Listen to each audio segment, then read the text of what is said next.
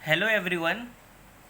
Today we are going to discuss chapter 1 class 12 relation and function. Students relation and function में आपको मैंने पिछली कई वीडियो दे रखी है जिसमें कि आपको सिंबल्स के बारे में बताया था, कार्टेशियन प्रोडक्ट्स के बारे में बताया था, ऑर्डर पेयर क्या होता है इसके बारे में बताया था, है ना। तो ये सब आप जान चुके हैं, ठीक है। और ए और आर के बीच में रिलेशन क्या होता है इसके बारे में बताया था। अब आज हम बात इसमें करेंगे, थोड़ा सा रिवाइज कर लेते हैं इसको। ऑर्डर पेयर तो आप सभी लोग जानते हो और प्री और इमेज भी जानते हो, ठीक है। अब इसमें डोमेन और कोडोमेन और रेंज, ठीक है। अगर आप लोग जानते हो तो अच्छी बात है और नहीं जानते हो तो रिवीजन कर लो इसका। डोमेन, कोडोमेन और रेंज क्या होता है। सेट ए है आपके सामने में 1 2 3 4, ठीक है, और सेट बी है 2 4 6 8 10, ठीक। अब सेट ए यहाँ लिखा है 1 2 3 4 और सेट बी आपके पास 2 4 5 6 8 10 लिखा हुआ है, ठीक। डोमेन आपका होता है the set of all the first element, यानी फर्स्ट एलिमेंट आपका क्या है, सेट ए का जो ये है ये आपका फर्स्ट एलिमेंट है, इसको हम डोमेन कहेंगे। The set of all the first element of the order pair in a relation R from set A to set B is called domain, ठीक है। सेट ए और सेट बी का जो क्या फर्स्ट एलिमेंट होगा, ठीक है ना, उसको हम डोमेन कहेंगे। जैसे यहाँ पे क्या है, ये दो सेट बना हुआ था ए बी सी 1 2, इसके बीच में ऑर्डर पेयर बनाया गया 1 2 2 4 3 6, तो इसमें डोमेन क्या होगा, इसमें 1 जो आपका है ये डोमेन होगा, ठीक है। और ये 2 जो है आपका जो प्री होगा वो डोमेन होगा, जो इमेज आपका होगा वो कोडोमेन होगा। तो I think you all are understand, आपको समझ में आ गया होगा। The set of all first element of the order pair in a relation R from set A to set B is called domain. और कोडोमेन क्या होता है, the whole set B is called codomain. जो set B whole है वो codomain ही होगा, ठीक है। इसमें जितना सेकंड पेयर बनेगा जब आप कार्टेशियन प्रोडक्ट निकालोगे, ठीक है, तो जो सेकंड है इमेज जो आपका 2 4 6 8 ये सब क्या है, कोडोमेन है आपका, ठीक स्टूडेंट्स। उसके बाद बात करते हैं हम रेंज। रेंज क्या होता है, set of image is called range, ठीक है। Set of image is called range. और the set of all the second element from set A to set B is called range. Range is subset of codomain, ठीक है। Range क्या है, subset of codomain. Range क्या होता है, set of image, जो set का इमेज होता है, इमेज जानते हो ना, उसको रेंज कहते हैं। जैसे ये प्री है, ये इमेज है, इमेज क्या है आपका रेंज है, ठीक है। क्लियर होगी बात इतनी। अच्छा यहाँ पे देखो एक रिलेशन दिया है, जैसे यहाँ पे 1 1 2 3 4 6 5 7, ठीक है ना। इसमें आपको डोमेन कहा है और रेंज कहा है निकालने के लिए।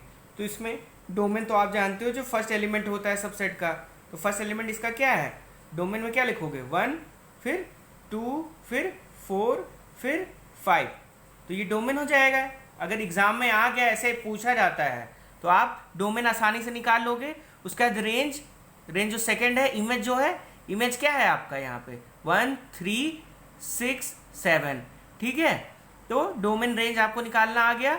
अब यहाँ पे जैसे सेट है डोमेन का, ये सेट ए है आपका 1 2 4 5 और सेट बी है 1 3 6 7, ठीक है। तो इनका जब पेयर आप निकालोगे तो क्या पेयर निकलेगा आपका, कार्टेशियन प्रोडक्ट में निकालते थे तो इसका 1 1, ठीक है, 2 3 4 6 5 7, ये 1 का रिलेशन 1 के साथ, 2 का रिलेशन 3 के साथ, 4 का रिलेशन 6 के साथ, 5 का रिलेशन 7 के साथ। ऐसे ही आपका डोमेन और रेंज कंप्लीट हो जाएगा। अब आगे का टॉपिक है आपका टाइप ऑफ रिलेशन। कितने टाइप के रिलेशन होते हैं, तो सबसे पहला रिलेशन है आपका इम्पेटी रिलेशन, ठीक है। इसमें टोटल जो आपके जो रिलेशन है, इसमें इम्पेटी रिलेशन है, यूनिवर्सल रिलेशन है, ठीक है, फिर यूनिवर्सल रिलेशन है, और उसके बाद आपका आइडेंटिटी रिलेशन है। टोटल 5 और 6 रिलेशन है, नहीं सॉरी स्टूडेंट्स, टोटल आपके 8 रिलेशन है, ठीक है। तो सबसे पहला जो रिलेशन है आपका टाइप ऑफ रिलेशन में इम्पेटी रिलेशन, नल और वाइड। इम्पेटी रिलेशन क्या होता है, ये जो बेसिक चीज़ें हैं स्टूडेंट, इसको अगर आपने अच्छे से ध्यान से समझ लिया तो एक्सरसाइज कुछ भी नहीं है, बहुत हलवा है, आराम से आपसे सॉल्व हो जाएगी। इसलिए बेसिक चीज़ें आप अच्छे से समझें। टाइप ऑफ रिलेशन बेसिक समझ में थोड़ा टाइम लगेगा, लेकिन अगर आप समझ जाओगे तो एक्सरसाइज बड़ी आसानी से सॉल्व कर ले जाओगे। टाइप ऑफ रिलेशन में है इम्पैक्टिव रिलेशन, नल और वाइड। ये जो दो करली ब्रैकेट देख रहे हो उसको सेट कहते हैं। पहले ही हमने सिंबल आपको रटा दिया है, बताया है, उसमें रट लो आप, ठीक है, तो काफ़ी आसानी होगी। तो ये सेट है, सेट में कुछ है नहीं तो इसको इम्पैक्टिव बोलेंगे। अब consider a relation, R symbol है किसका, रिलेशन का। In set A is equal to 1 2, जैसे यहाँ तुम्हारे सामने एक सेट दिया है 1 2 3, ठीक है।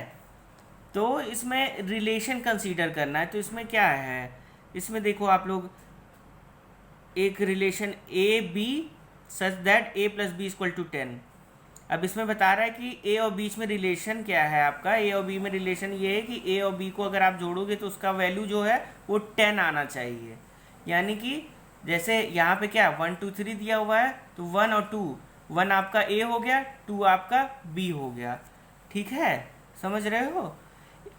तो a into A cross A, Cartesian product इसका निकलेगा आपका 1 2 3 1 2 3, 2 बार सेट बना लोगे। कार्टेशियन प्रोडक्ट तो जानते हो कैसे निकलता है, तो इसका जब ऑर्डर पेयर निकालोगे तो 1 1 1 2 1 3 2 1 2 2 2 3 3 1 3 2 3 3, ये पेयर निकालना तो जान गए ना अभी तक।